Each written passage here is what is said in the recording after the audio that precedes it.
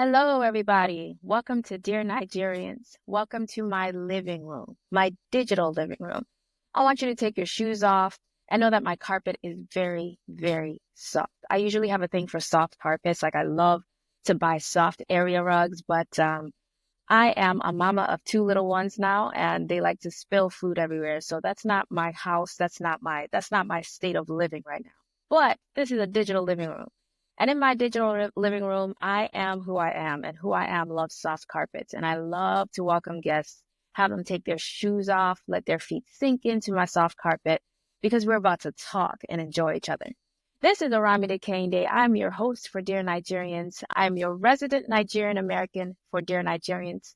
What does that mean? It means that on this podcast, I am your voice with a Nigerian upbringing, heritage, and a history, personal history a little bit, but largely Americanized. That's who you have right now. But I want to say, people out there, if you are listening, this is Dear Nigerians. Dear Nigerians applies to every one of a Nigerian-influenced identity, and that's millennials specifically and Gen Z. The door is open for conversations with a resident Nigerian British, a resident Nigerian German, a resident Nigerian by marriage. You're not even Nigerian, but you married a Nigerian. I'm welcoming everyone to the table to speak because we are worthy of that, and we are an interesting set of people.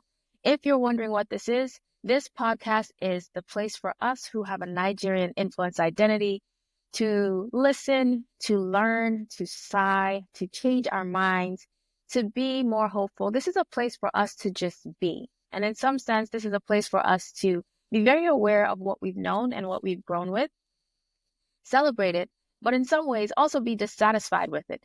Be dissatisfied with the pains it's giving us. Be dissatisfied with the holes it's given us. And look for a way together to embrace the fullest expressions of our identities for 2024 and beyond. Now, before we begin today's episode and the topic, I want to go back to episode 1. If you have listened to episode 1, I did something in the last episode that I didn't really explain, and I want to do so. So this is what we're going to do.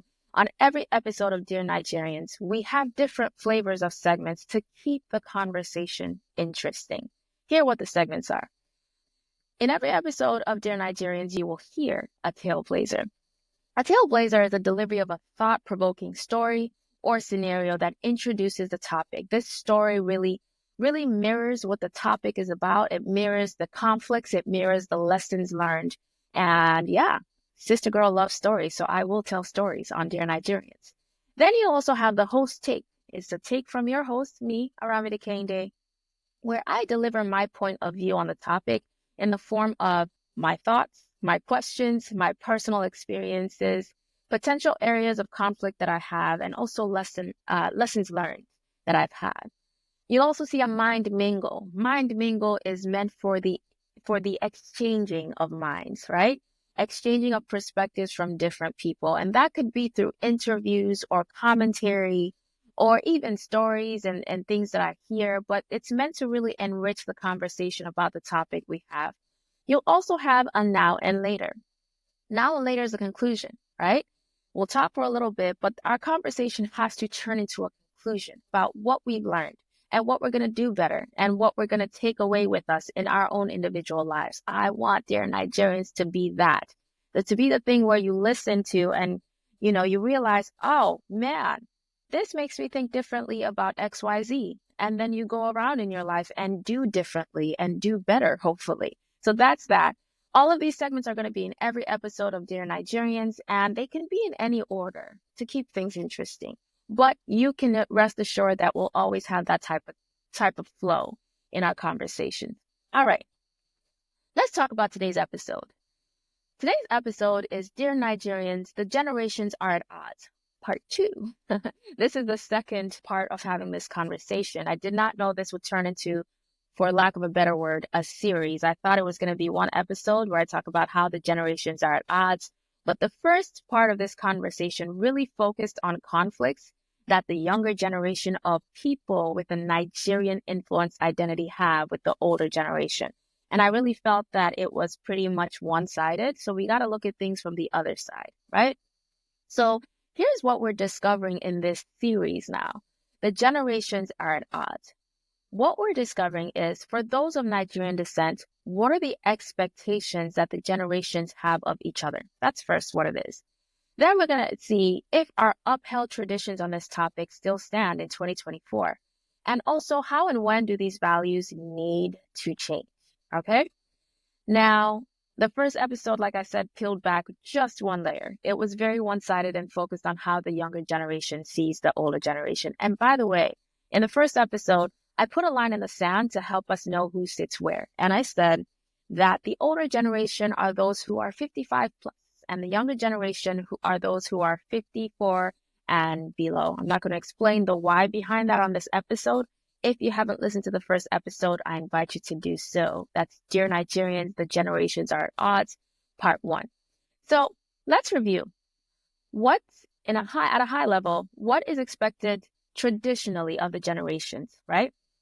So I went to AI and I asked, and I'm going to summarize quickly what AI told us. And it said that in Nigerian society, traditionally, elders provide wisdom, guidance, cultural continuity, while the younger generation shows respect, is obedience, provides care for the older generation, and ensures that we preserve and transmit cultural values. Okay, that's that. That's what's going on traditionally.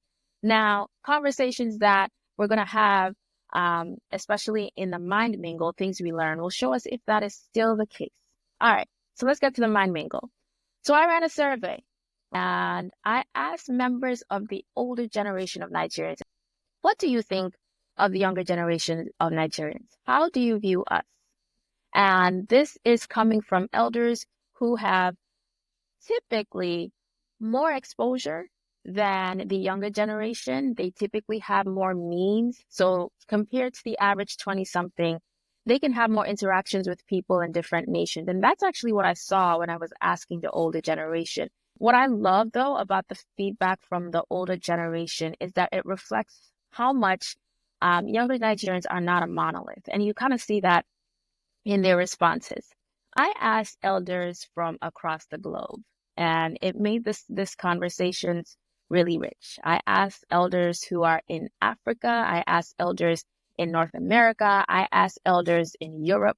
If you are a Nigerian elder in Asia and I did not get to you, or in Antarctica and I did not get to you, or in Australia and I did not get to you, please pardon me. There was no oversight there. I just did not know you were there. But if you can reach out to me, please do, and we'll include you in the conversation. All right, let's get to the responses. Here's response number 1. This came from North America. Again, older generation responding and saying, this is how I view the younger generation of Nigerians. Response number 1. I think the next generation are amazing.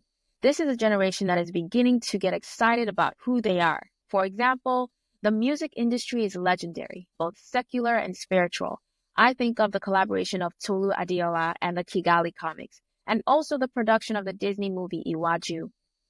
Many things are coming together, and the diaspora is beginning to engage. I think if everything aligns, the next generation of Nigerians is who you want to be. You're asking a true believer in what Nigeria and Nigerians can be anywhere in the world. Whew. I have goosebumps just reading that out loud, and that's beautiful. All right. Response number 2, also from North America. Young Nigerians in Nigeria have been brought up with the wrong values. It's a sad situation. They believe you cannot succeed without stealing or cutting corners, even amongst professionals. It's not their fault, though. It's what they see their parents do. Young Nigerians in the U.S. are doing phenomenally well. I see a big divide. I think it's because their parents were dissatisfied with what was happening in Nigeria and left and brought them up here with good values. I'm very proud of young Nigerians here in America. All right, next response. This response is coming from the motherland, from Nigeria. The younger generations of Nigerians are smarter and more enlightened due to exposure to technology. Young Nigerians are achievers. Through hard work, resilience, and forbearance, they swim through the troubled waters of Nigeria to survive. It is amazing that even though Nigeria's economic situation does not favor them, they still struggle to be successful. through all means available to them. In hardship, they find means to sustain a stable family. My advice for young Nigerians is for them to take things easy by following the legal steps to achieve success and avoid shortcuts that always lead them to trouble and most times untimely death. Oh, this elder took it there. Let me finish.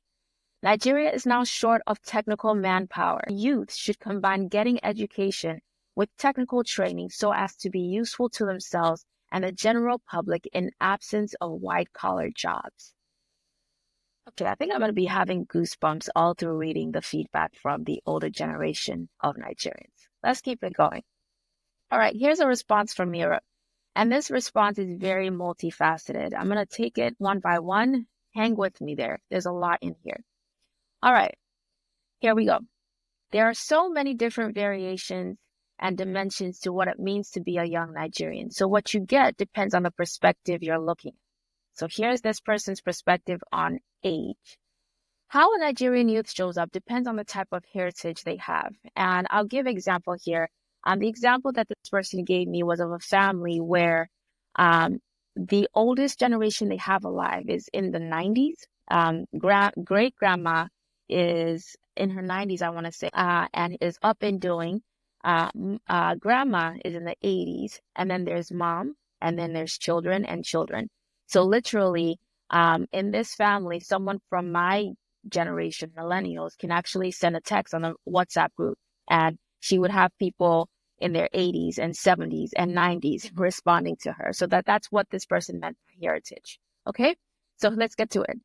How a Nigerian youth shows up depends on the type of heritage they have. Do they have the kind of heritage where they have access to multiple generations in their family? Not many people have that heritage, so they don't have people to pass on the heritage and values from Nigeria. Most young Nigerians don't have their grandparents around. Now here's a perspective from this person on faith. The young Nigerian Christian is bored and disillusioned with what we, the older generation, have called Christianity. They want the real stuff. They want to be a Christian but be sustainable. They want to be a Christian and be real. For the younger generation, Christianity has to be active and not passive. And I'd probably challenge the older generation to do things differently. But here's what I've observed. Everyone starts off with good intentions and the desire to change things and be different. But 20 years later, they're exactly the same as the ones that go before them. It's just the cycle of life.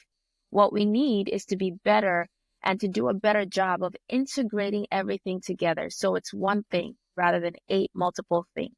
Combined with that is the fact that everything we hold dear in Christianity has crashed.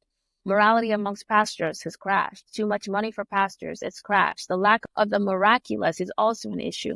So the younger generation asks, was all of this even ever real? Ooh, we are getting there. We haven't passed down, the older generation, we haven't passed down to the next generation our supernatural beliefs as well as we should.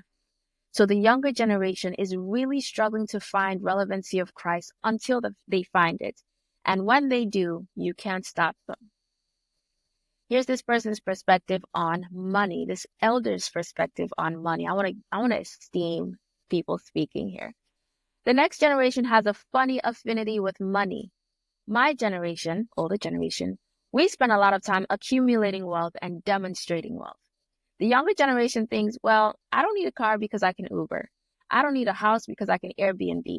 They can live minimalistically, but then also have a flamboyant lifestyle. For example, they can vacation in Dubai. They can go to Nigeria from the West and spend a lot of money in clubs and have a lot of squeeze. Apparently it's called squeeze in Nigeria now. I didn't know that. This elder brought me up to speed. I was saying it Feezy. He said squeeze, okay? The younger generation doesn't want to be tied down so they can see the world. They really want to be global citizens. For those in diaspora, it's really not about finding a better life. It's more about finding the freedom to do something differently. And this generation is increasingly finding that freedom, though some of it can seem borderline delusional. All right. And then the same elder's perspective on globalization and how it impacts younger Nigerians across the world. And the younger generation had this globalization advantage of the internet. They can see everything happening in real time. They can even become influencers from their living rooms. So I think they have so much opportunity and value. What happens though is that those who remain in Nigeria often aspire to a lifestyle that exceeds their means. For example, if you want a millennial to do your hair in Lagos, they tell you some ridiculous price because they see it as their opportunity to make money and shine. Their mouths have been widened by globalization, so you have many younger Nigerians that are reaching for a life that is beyond them. That was a full perspective. All right. Our last feedback from an elder, from a member of the older generation of Nigerians. I am so excited just reading this stuff because there's so much to peel back here. Um, there are Nigerian Americans and there are American Nigerians. And then there's everything in between. Nigerian Americans are Nigerians who came here to the US as adults. And American Nigerians are Nigerians who were either born here in the US or they came here really young. Now, American Nigerians are doing excellently in the States. They've learned here and they thrive, sometimes even better than Americans. Even Americans know that. They want young Nigerians to work with them because they know you. They know you're aggressive and they know you deliver. What I find about Nigerian Americans, i.e., Nigerians who came here as adults, is those who did big things back in Nigeria before leaving come here to the States hungry, but they do need tutelage and instruction. Still, they're hungry to do well and excel. As for those who didn't do much back home, they come here, and the moment they get themselves a car or a house, they become self-satisfied and pompous. Ooh. The other thing I see with younger Nigerians is mental health issues. This is a big thing now. Young Nigerians are getting to the point of suicide attempts and ideations, and the older generation doesn't have the language or the tools to support them. The older generation, all we know how to do is plead the blood of Jesus. All right. That is feedback from the older generation of Nigerians when I asked, how do you view the younger generation of Nigerians? What do you see? How are we doing? What do you want to let us know? Whoo! That right there was a meal. And that meal had some protein, some really good meats, some delectable meats. It had some grains, some rices, some quinoa, it had some fruit, it had some vegetable, it had some chocolates, it had some caramel. And chocolate and caramel taste good, but it can also have sour effects to your bones. Some of these words are okay. Let me take it back. Let me take it back. I appreciate all of these words. This is my host take.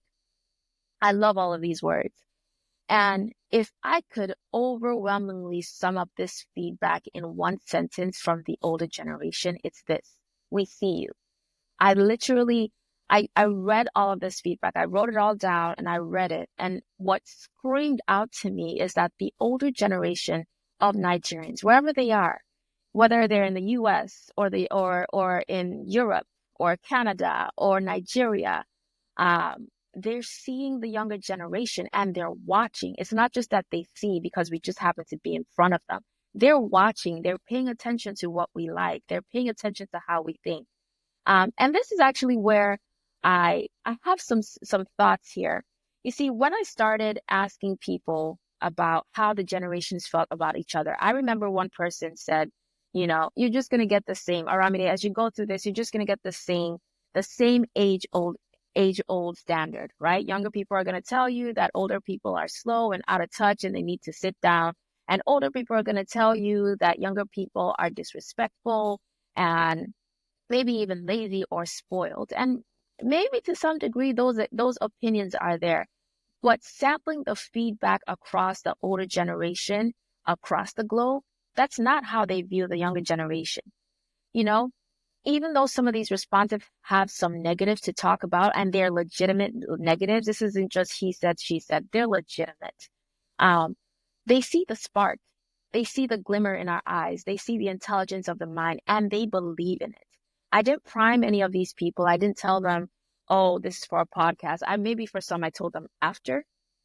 I also didn't, share what some other members of their own generation shared. I was just asking casually, like, hey, what do you think about us younger generation of Nigerians? And they spoke. And boy, did they speak. you know? And this is where I have something to say to the younger generation, especially Gen Zs. I'm for me in my exposure to millennials and some Gen Zs, the overwhelming attitude I get or perspective I get is that, the older generation doesn't hear, the old generation doesn't see us. And I think to some degree that has something to do with our upbringing. Traditionally in Nigerian households, this is changing now, but traditionally, we Nigerians, people with a Nigerian influence identity, we've grown up in homes where a lot of times, in many ways, it's very, elder centric. You do as you're said, you speak when you're spoken to, you are only to be seen and not heard. I will tell you, my home was a little different. My home was definitely a Nigerian home, but I had the opportunity to speak and challenge. I'm going to be honest. But in a lot of ways, traditionally, those are the houses that a lot of people with Nigerian influence identity grow up in. So we grow up not being used to asking questions or seeing our questions as validated. And we grow up in that so long that at some point we start to think, yeah, I'm not seen and I'm not heard. And so why bother asking questions? And in some ways, there definitely are elders who you can't talk to them. But I want to challenge Nigerians and say, younger Nigerians, I want to challenge Nigerians of the younger generation, millennials and Gen Z, wherever you stand and where you have access to the older generation, ask them questions. Maybe you got to come to the table with good respect. And that's not a maybe, that's a definitely, given our culture. But ask questions. Ask them hard questions. Ask them what they've done well and ask them where they failed. Because what I see in the elders that are responding is they're very, very plain about what we've done well as younger generation, but also what they've done well and what they haven't. Okay? That's that. There's something in this feedback, though, that I can't walk away from, and it's the mention of mental health issues. When I was speaking to this member of the older generation, this person shared with me that from where he's standing, he's a man, where he's standing, he's hearing a lot of instances of suicide ideation and struggles with mental health amongst younger generation Nigerian. I found it very interesting, and here's why. In the last episode, the first episode on this topic, the generations are at odds. I got feedback from a member of the younger generation, specifically Gen Z, on how they view the older generation. I'm going to read it again. This person said, some of them are cool and I want to hear their stories, while others are terrible to interact with, like very entitled, very mean, lacking any sort of grace.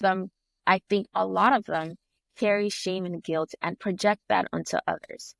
I found that feedback so interesting because even though this person didn't use the word mental health, I literally thought that statement pointed to mental health, carrying shame and guilt and projecting that onto others. And I think that is so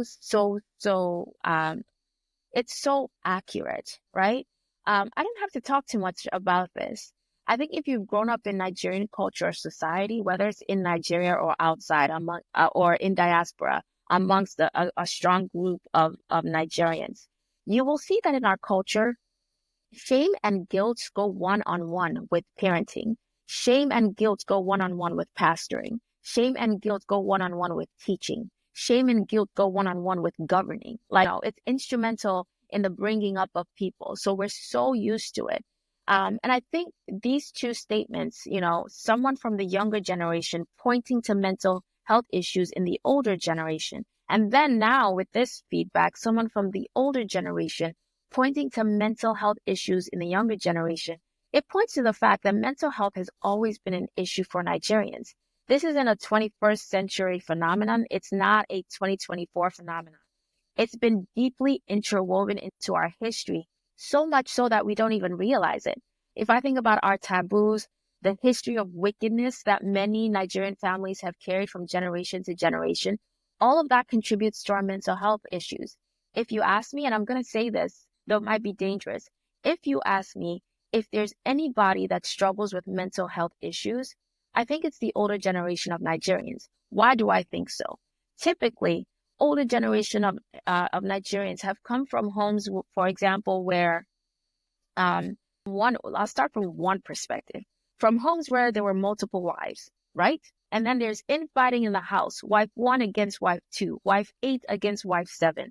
And not only is there infighting and viciousness, but again, based on our culture, that infighting and viciousness leans people using witchcraft to get their way. So now you have dark spiritual things speaking and influencing the way people think, influencing the decision making, influencing the power dynamics, right? And that's just one area. That's a mental health, the fact that a person grows up in a house with multiple wives and you see the wives fighting with each other, mommy one and mommy two fighting with each other, like mentally, just for you to grow up in that, it's unsettling, right? And a lot of older generation of Nigerians come from those type of households. What else? There's also just governance, the lack of good governance, and the fact that part of our governance historically has involved military coups, it has involved murders, it has involved command and control. That as well, your mind doesn't have a place for that. These things are so interwoven in our history, and the older generation of Nigerians come from them. I have heard interactions with between older generations of Nigerians, and sometimes those interactions tell you what people think is okay to do, what people think is normal, and in your head, as a younger generation Nigerian, I know for me specifically in my head, I hear those things and I'm like, how could you think that's normal? Not because I'm necessarily at a better state, but by the time you get to millennials and Gen Z, a lot of us, especially when our parents become Christians, they protect us from a lot of things. And so they shield us from a lot of the inconsistencies that were part of their own personal histories. But anyway, moving on.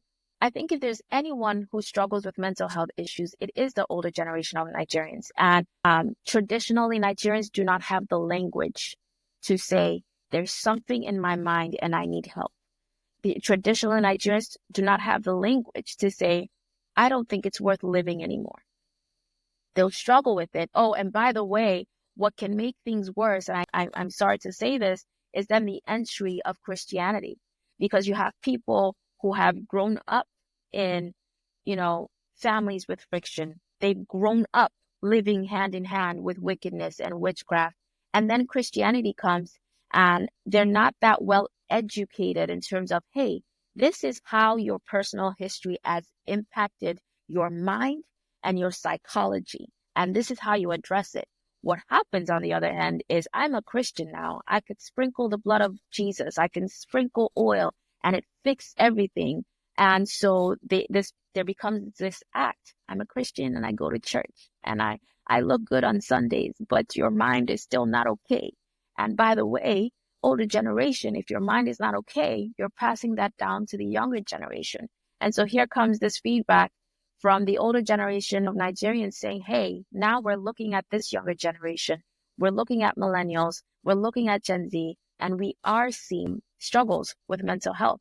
I am in no means the expert on this topic, and maybe it's worthwhile to get an episode on this topic and get a professional to really guide, especially from the perspective of our culture and our history and our heritage, to really guide on what to do here.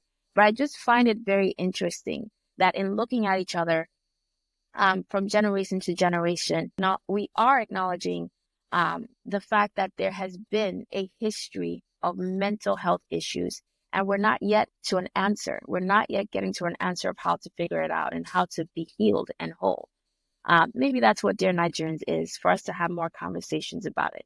Something else that I think is so interesting here is the feedback from an elder that said that they see Nigerians in a hustle to succeed, and oftentimes they're willing to lean into illegal ways to succeed that can actually lead to untimely death.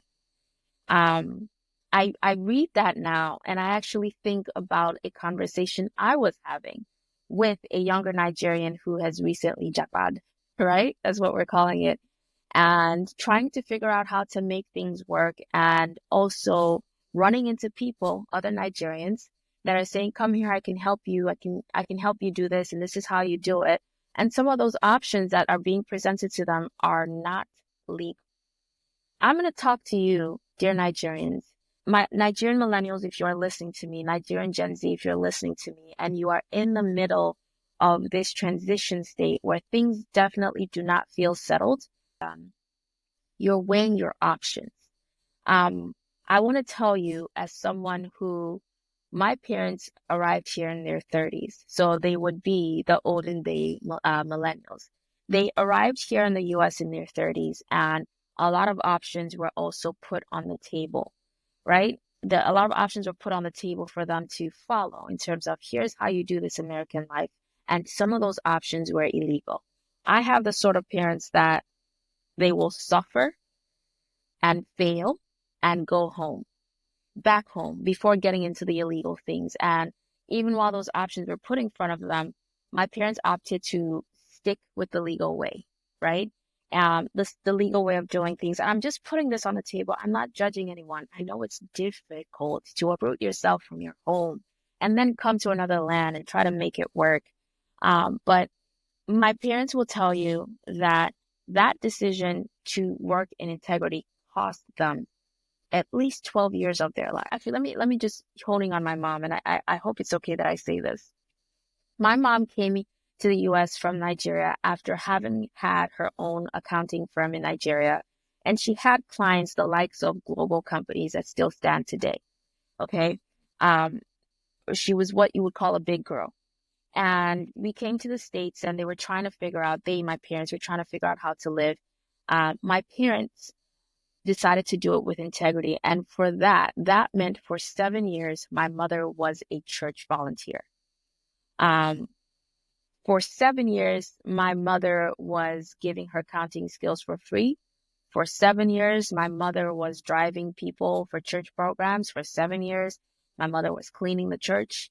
Someone who had a accountancy firm that served global clients, right? And she was very financially independent. But that was what coming to America meant for her. I'm bringing up her story because there's something watching her has taught me. Whatever you get with integrity, the integrity will cost you. But when you get the reward, you don't have to hide it. You don't have to be quiet about it. You don't have to be shifty about talking about it. You don't have to fear if you will be caught. You don't have to fear if what you've amassed over years will be taken from you. Whatever you get with integrity. And I just want to put that on the table for millennials or Gen Z who are looking around and trying to figure out this life in terms of moving. Don't lean into illegal ways that can, as the elder said, lead to untimely death. Stick with being a person of integrity. Stick with living with integrity, and you'll see where that takes you. Let's change topics. I want to get into the tailblazer. I have a story for you all, and it's related to this topic that generations are at odds. All right.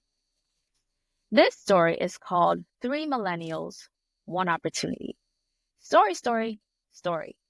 Once upon a time. This is a real life story, y'all.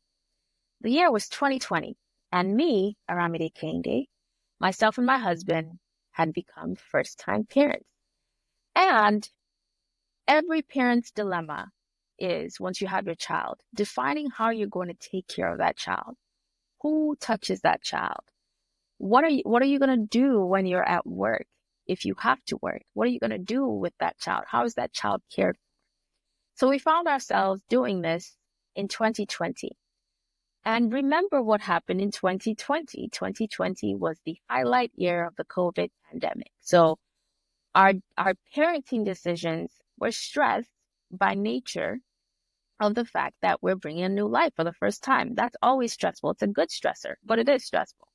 But then on top of that, we had the weight of the pandemic and the weight of caring for ourselves and caring for our new child in the middle of a pandemic where we don't really understand the disease. There was no vaccination yet. So that was what was going on with us. And I had some maternity leave. I, took off work to take care of my child, but maternity leave does end. And so we had to really decide, okay, when we're working, what happens with our child? Now, let's go through the options. The first is daycare, right? Daycare, you take your child into a daycare institution away from the home.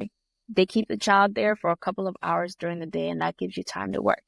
I'm going to say my personal parenting philosophy does not side with daycare. But even if we thought daycare would be the right thing, we were not going to do that with our newborn child who couldn't speak, couldn't talk, couldn't walk in the middle of a pandemic. That was just not what was going to happen. So that was off the table. The other option was don't work. One of us should sit at home and just not work. And well, actually, I shouldn't say not work. The work becomes caring for the child and raising the child. And for both of us, quite frankly, because we didn't know where the pandemic was going and where the start to the end of that would be, and also because we're two people whose careers are not just jobs, but like avenues through which we work out our life's purposes, that was also not an option. Then we thought, okay, we could get a nanny, and a nanny could come and go. She'd come to our house, and then she'd go back to her home. But again, there's a pandemic. Once a nanny leaves your home, you're not going to control where she goes, who she hangs out with. So you could have a nanny who goes out and comes back home and brings COVID to your home. And we certainly had a lot of stories like that. That was off the table.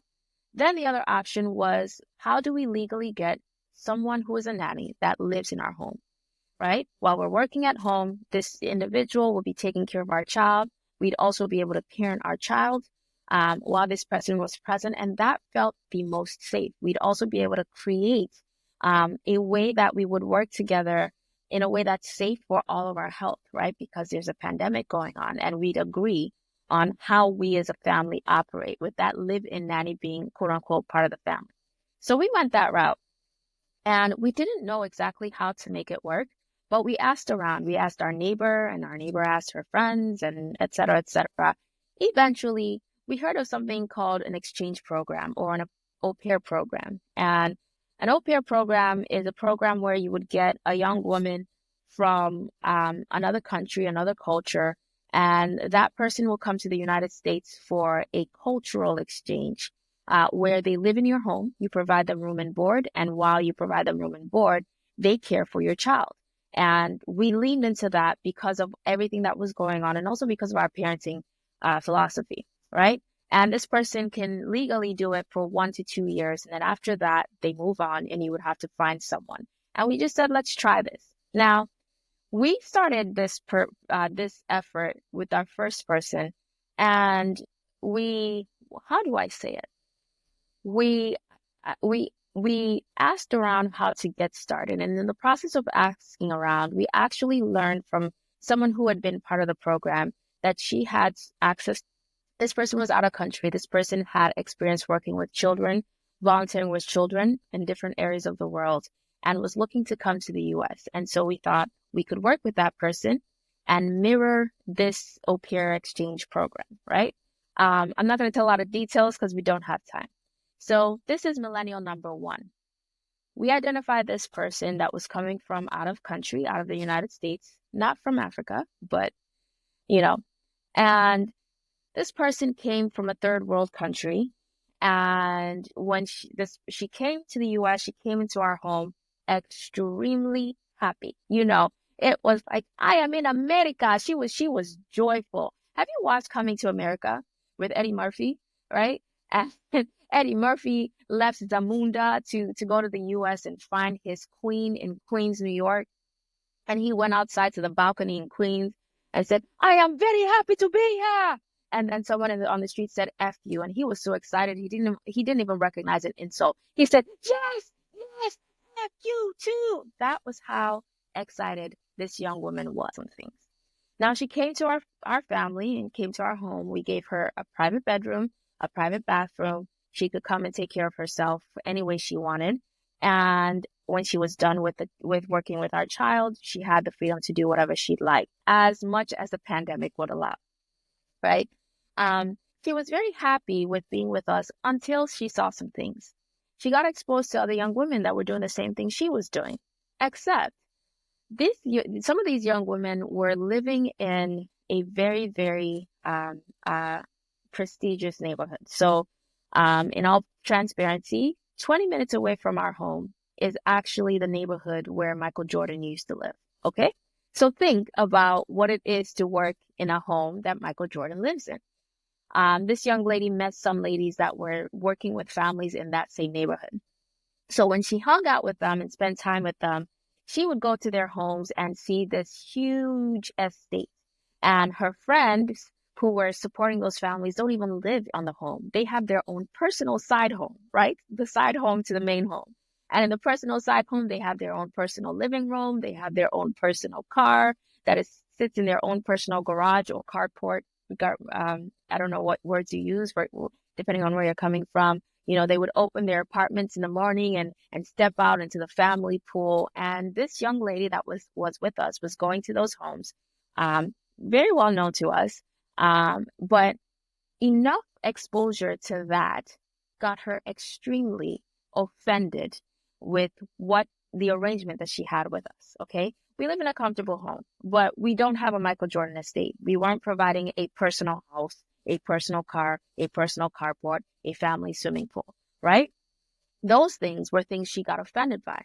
And when she got enough exposure to those things, then it became a fight where she claimed that we owed her a car, we owed her some more money, said that we owed her, she started fighting with us to pay for her visa process.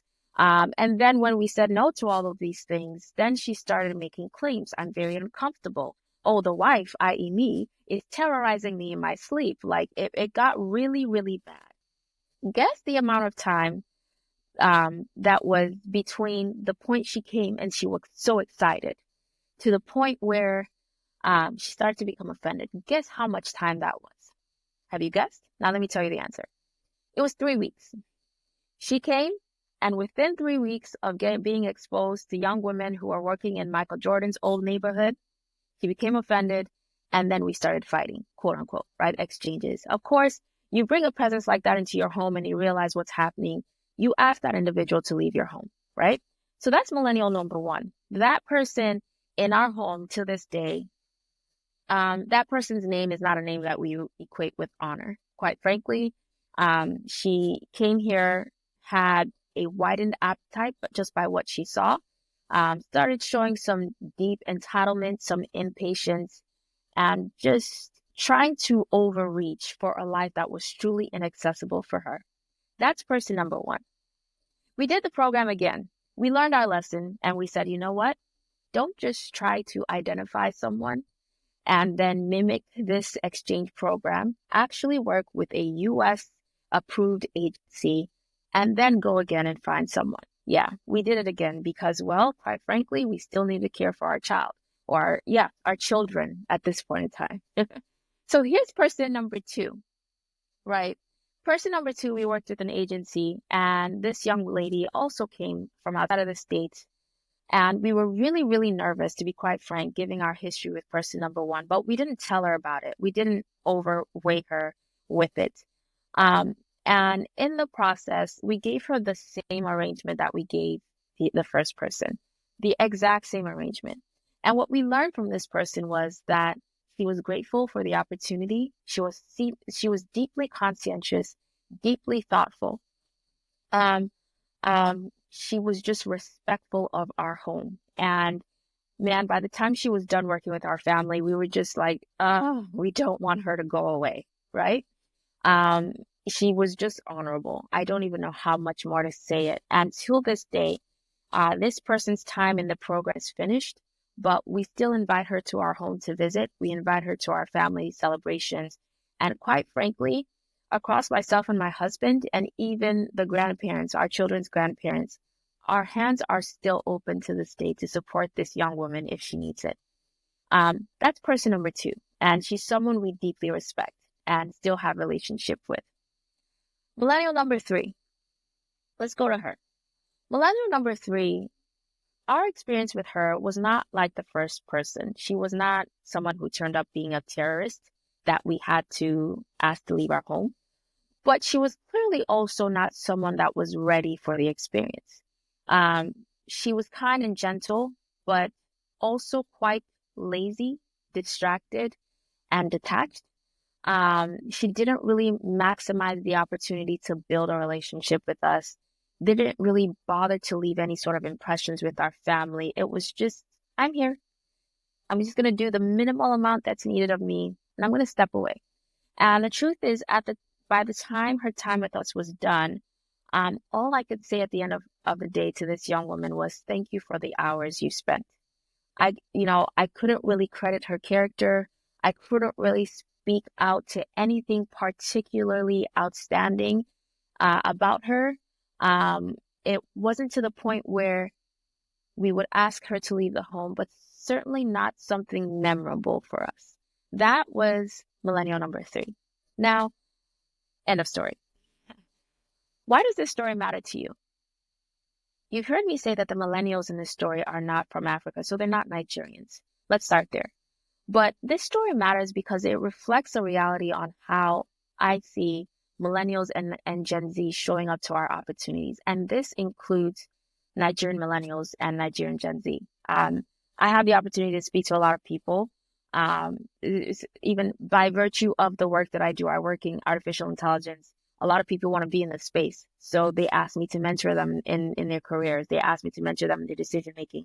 Some of them are millennials, some of them are Gen Z. And in speaking to them, I start to see their mindset. And I do see a range in terms of how we're showing up to our opportunities. I do see on one end, a lot of Nigerians, we have this spirit of excellence and history of excellence, but I also see an entitlement at times, a desire to get the rewards before actually working for it. And sometimes, for me, it's even hard to mentor at times because I'm like, man, you're just looking for the easiest way out, or you're just looking for the best way to do the least possible thing you can do before you get your morsels of meat and walk away. I also see millennials and Gen Z who do see their opportunities and know what those opportunities are. And like person number 2 in my story, they make the best out of it.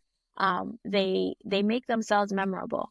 And unfortunately, maybe it's just my own visibility, but unfortunately, I'm seeing less of the people like person number 2 who see their opportunities. And I'm seeing a little bit more of the one entitled, awaken. Maybe not entitled, but also not as awakened to the opportunities. So they don't make the best of it, right? I want to bring this back into what I've been thinking about lately and personally. I've been reading a lot of the book of Ephesians in the Bible lately. And there's actually a scripture there that I've been just taking time, like, what exactly does this mean? I recognize everyone that's listening may not be a Christian, but I do think they're just words of wisdom here that are worth taking a look at. It's the book of Ephesians, chapter 5, verse 15. It says, "Be very careful then how you live, not as unwise, but as wise, making the most of every opportunity, because the days are evil." I'm going to read it again. Nigerian millennials, Nigerian Gen Z, Nigerian-influenced millennials, Nigerian-influenced Gen Z.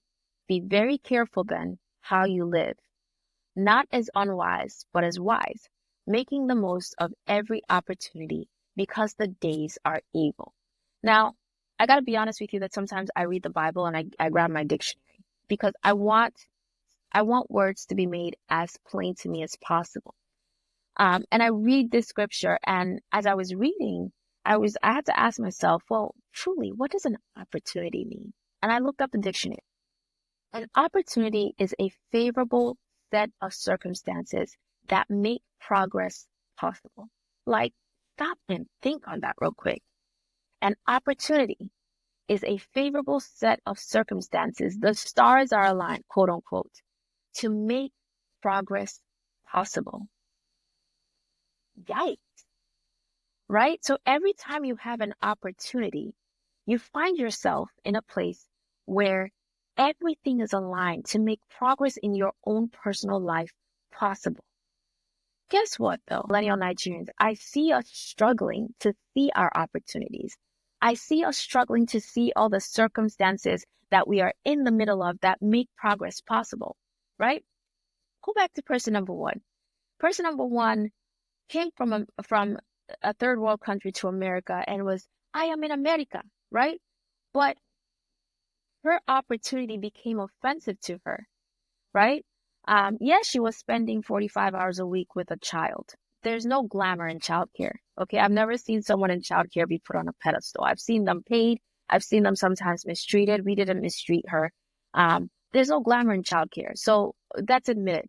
But you're coming from a third world country where sometimes this person didn't even know where she would eat, didn't even know, um, you know, if the roof on our head was secure, right? And it comes to the U.S. where you do have a secure home. You are given a private room and a private bedroom, coming from a place where you had to go outside and carry a bucket to the well to come and have a bath, right? That's where this person was coming from. But because she started to see material things from other people that she didn't have, she got distracted and her opportunity became offensive to her. And the funny thing about it is that when I think about it, she was jealous of someone else's borrowed things. All the ladies that she was seeing living in Michael Jordan's old neighborhood, they were using borrowed things. The personal house was not their personal house. The car was not their car. The swimming pool was not their swimming pool. They all had a finite time in the program. And once that program was done, all the borrowed things were taken away and they were back to square one, unless they found a good way to make the best of their opportunity. And this young woman came into our home, saw all those things, and her opportunity, i.e., being in America, um, became offensive to her because she was jealous of someone else's borrowed things. And if I look at it, my experience, speaking to some of millennials and Gen Z in Nigeria, I do see some of us missing out on our opportunities, getting offended by our opportunities because we're jealous of other people's borrowed things. We're jealous of what we see on social media. We're jealous because we think we should have certain things and we don't. Therefore, the opportunities that we see before us are offensive to us and we don't make the best of it. We become entitled, or maybe not entitled. We just try to find the least thing we can do before we start getting rewards, and we're selling ourselves short, right? I give the example of person two because person two had the same opportunity and had the same situation of spending 45 hours a week with a child, but still maximize the opportunity in that she's no longer in our home, living in our home, but we still talk about her with honor in our home and we still try to find ways to support her, right? Think about what you would do with your opportunities. Think about what's possible when you maximize your imprint and you leave an imprint in those things. Just a thought, dear Nigerians. Just a thought, dear Nigerians who are millennials and Gen Z. I want to go back to the feedback from one of our elders who spoke and talked about our millennials. And I thought the point that this elder made was extremely important. And he had said that how a Nigerian shows up, how you show up to your opportunities, it depends on the type of heritage you have, right?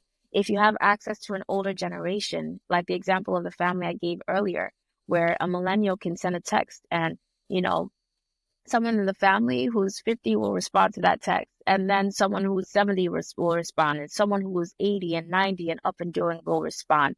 And there's just such richness of perspective that that individual has. Not a lot of us have that heritage, and that's real. Like if I look at myself, my grandparents, by the time I was 13, were gone. And quite frankly, they weren't gone because they had lived the full length of their lives. They were gone because they lived in Nigeria and Nigeria's chaos took them in some way, shape, or form. So not a lot of us have access to that type of heritage. And so we're not showing up with as rich of a perspective as we could have.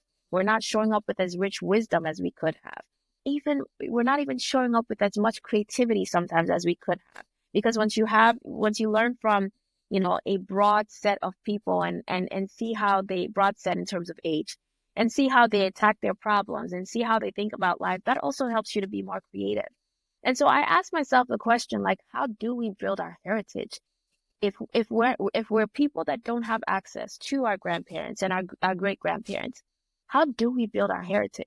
Because the truth of the matter is, I do know one person in my life, whose great grandmother passed, I think 99. So this person had so much access. And if I tell you, I can't, spill this person's beans here on the podcast, not my business to do that. but this person is so deeply grounded. And so when I hear the elders' feedback, as far as like, not a lot of us have a wealth of heritage across different generations, and that's something that kind of takes from us, I get it. Then I start to ask, how do we build our heritage? Like, who and what are we tapping to? And this is where I want to come in and talk about our now and later. What does this conversation mean for us, younger generation of Nigerians or younger generation of Nigerian-influenced people? I think we have a responsibility to build our heritage. We have a responsibility to tap in. If you look at yourself right now, Gen Z, millennial, and you see that, okay, I've got my parents, but I don't have grandparents. I don't have great grandparents. We have the responsibility not just to live in that and say, well, woe is me, I don't got those things, but we have the responsibility to build those things for ourselves and look into people we can tap into. Can you adopt a grandparent? Can you adopt an additional mom, dad, right? Mom and dad can give you perspective in one area of life because of what their own experiences are. But based on where you're going, can you find other parents who can also tap into you? Keeping honor for your biological parents, of course, but maybe there are other parents you can tap into and ask questions. I'm doing a little bit of that. I don't think I'm doing it as well as I could, but I'm doing a little bit of it of that. I have people in my life that I can, text questions like, what do you do if you're considering to do something illegal? Like, I have people I can tap into for that, like older generation people. I have people I can tap into about faith. Hey, did Jesus also struggle with sexual sin? Like, right?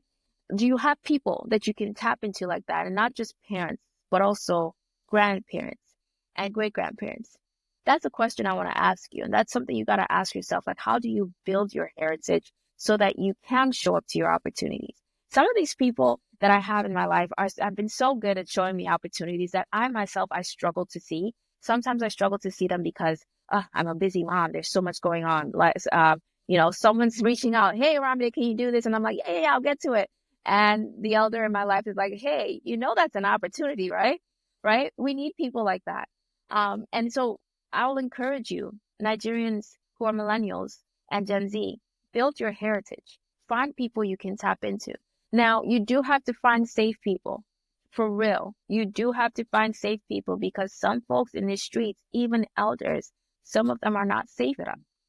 Some of them have a history where they've grown up in oppression, repression, suppression. And the only way they know how to speak to the only way they know how to speak to the younger generation is through oppression, suppression. And if you don't allow them to oppress you, you're being disrespectful. Those are people to follow. Find safe people. Read books. Read books about what you're interested in. Read books about what you're interested in. Read books about what you're going through.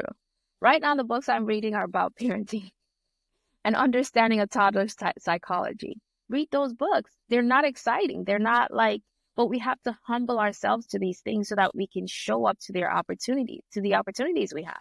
I'm trying on a daily basis to show up the right way to the opportunity I have through parenting. And that's to leave a legacy, right? So find a way to build your heritage, and maybe we can talk about that later. That's it for today, guys. Thank you so much for joining Dear Nigerians. I hope this conversation was worthwhile. This is Dear Nigerians, The Generations Are at Odds, Part 2. We'll see you in the next episode, and all the best.